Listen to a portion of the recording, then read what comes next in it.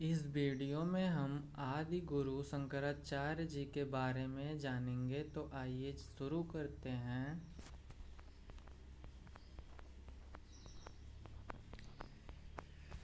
आदि शंकराचार्य जी का जन्म का नाम शंकर था तथा इनका जन्म 788 ईसा पूर्व में हुआ था। इनकी मृत्यु 820 ईसा पूर्व में हुआ था।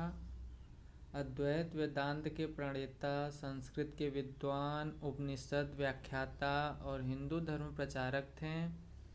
हिंदू धार्मिक मान्यता के अनुसार इनको भगवान शंकर का अवतार माना जाता है। इन्होंने लगभग पूरे भारत की यात्रा की और इनके जीवन का अधिकांश भाग उत्तर भारत में बीता। 4 पीठों मठ की स्थापना करना इनका मुख्य रूप से उल्लेखनीय कार्य रहा, जो आज भी मौजूद है। शंकराचार्य को भारत के ही नहीं अपितु सारे संसार के उच्चतम दार्शनिकों में से महत्व का स्थान प्राप्त है। उन्होंने अनेक ग्रंथ लिखे हैं, किंतु उनका दर्शन विशेष रूप से उनके 3 भाष्यों में, जो उपनिषद, ब्रह्मसूत्र और गीता पर हैं, उसमें मिलता है। गीता और ब्रह्मसूत्र पर अन्य आचार्यों के भी भाष्य हैं, परंतु उपनिषदों पर समन्वयात्मक भाष्य जैसा शंकराचार्य का है, वैसा अन्य किसी का नहीं है। शंकराचार्य का जन्म दक्षिण भारत के केरल में अवस्थित निम्बूदरीपाद ब्राह्मणों के कालड़ी ग्राम में 788 ईसा में हुआ था। उन्होंने अपने जीवन का अधिकांश समय उत्तर भारत में व्यतीत किया। उनके द्वारा स्थापित अद्वैत वेदांत संप्रदाय 9वीं शताब्दी में काफ़ी लोकप्रिय हुआ। उन्होंने प्राचीन भारतीय उपनिषदों के सिद्धांतों को पुनर्जीवन प्रदान करने का प्रयत्न किया।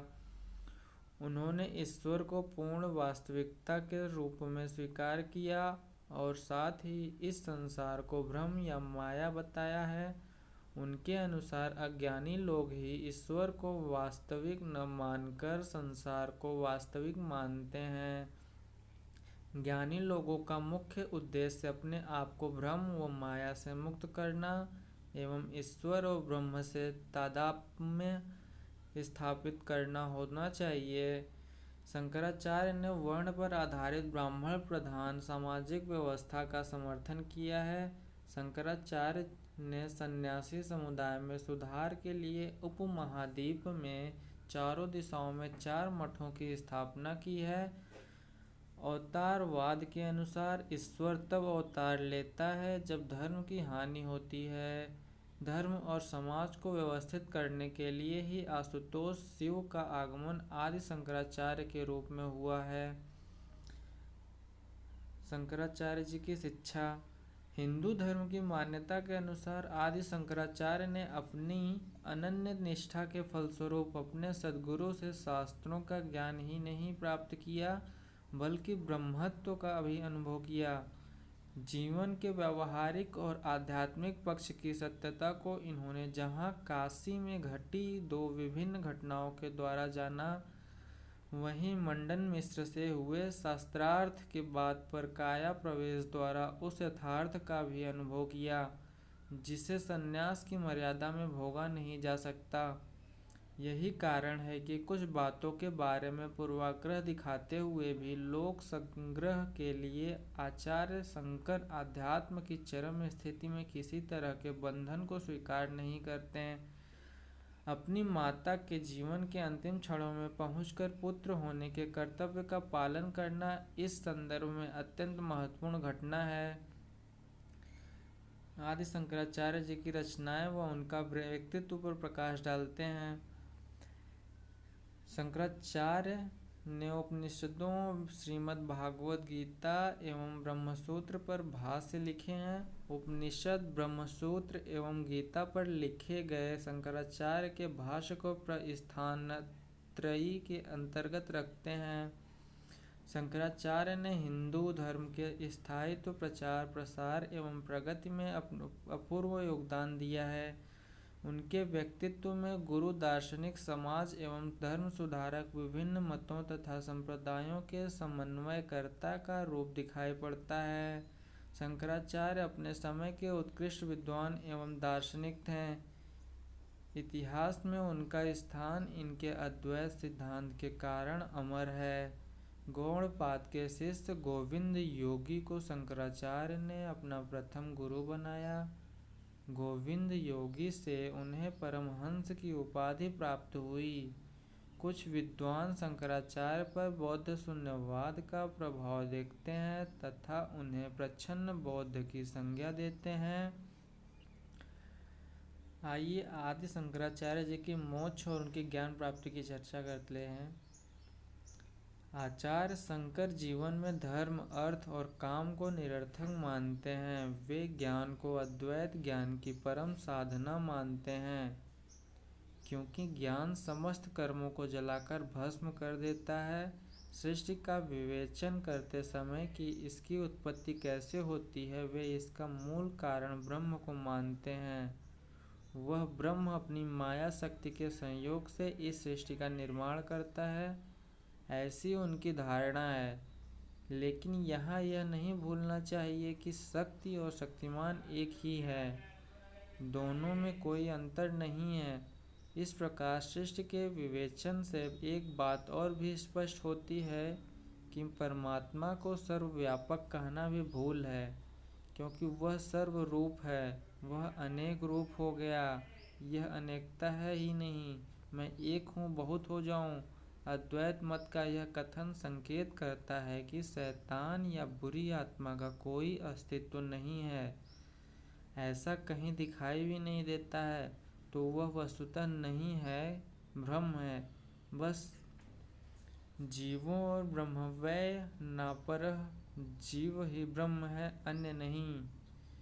जगत गुरु 4 मठों की स्थापना, 10 नाम संन्यास को सुव्यवस्थित रूप देना, सगुण निर्गुण का भेद मिटाने का प्रयास, हरिहर निष्ठा की स्थापना, ये कार्य ही उन्हें जगत गुरु पद पर प्रतिष्ठित करते हैं।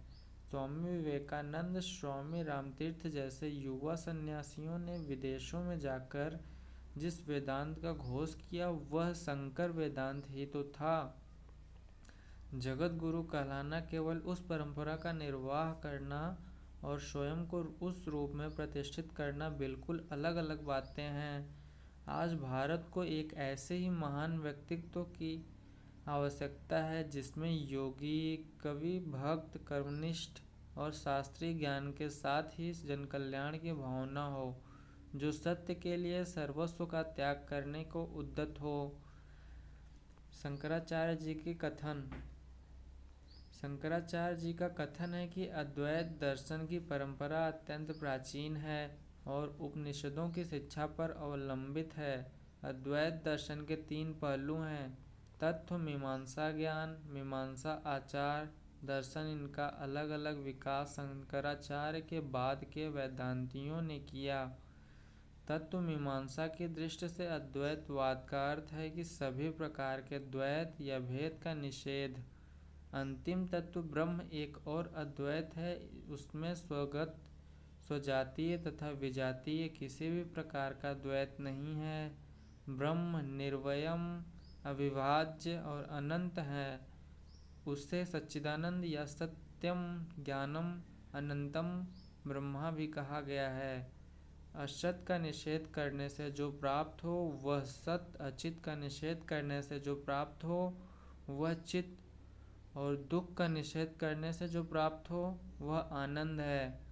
यह ब्रह्मा का स्वरूप लक्षण है, परंतु यहाँ ध्यान रखने की बात यह है कि सत, चित और आनंद न तो ब्रह्म के 3 पहलू हैं, न ही ब्रह्म के 3 अंश, और न ब्रह्म के 3 विशेषण हैं। जो सत्य है वही चित है और वही आनंद भी है। दृष्टि भेद के कारण उसे सच्चिदानंद कहा गया है। असत की दृष्टि से वह सत, अचित की दृष्टि से चित और दुख की दृष्टि से आनंद है। आदि शंकराचार्य जी की अज्ञानता तथा उनकी मुक्ति। अज्ञान के कारण जीव अपने स्वरूप को भूलकर अपने को कर्ता भोक्ता समझता है। इसी से उसको शरीर धारण करना पड़ता है और बार बार संसार में आना पड़ता है। यही बंधन है। इस बंधन से छुटकारा तभी मिलता है जब अज्ञान का नाश होता है और जीव अपने को शुद्ध चैतन्य ब्रह्म के रूप में जान जाता है।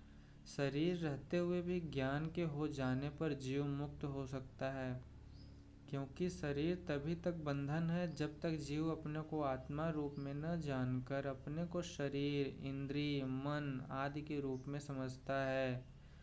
इसी से वेदांत में जीवन मुक्ति और विदेह मुक्ति नाम की दो प्रकार की मुक्ति मानी गई है। ज्ञान को जाने के बाद भी प्रारंभ भोग के लिए शरीर कुम्हार के चक्र के समान पूर्व प्रेरित गति के कारण चलता रहता है। शरीर छूटने पर ज्ञानी विदेह मुक्ति प्राप्त करता है। तो ये था दोस्तों आदि गुरु शंकराचार्य जी की जीवनी के बारे में। धन्यवाद आप सभी को।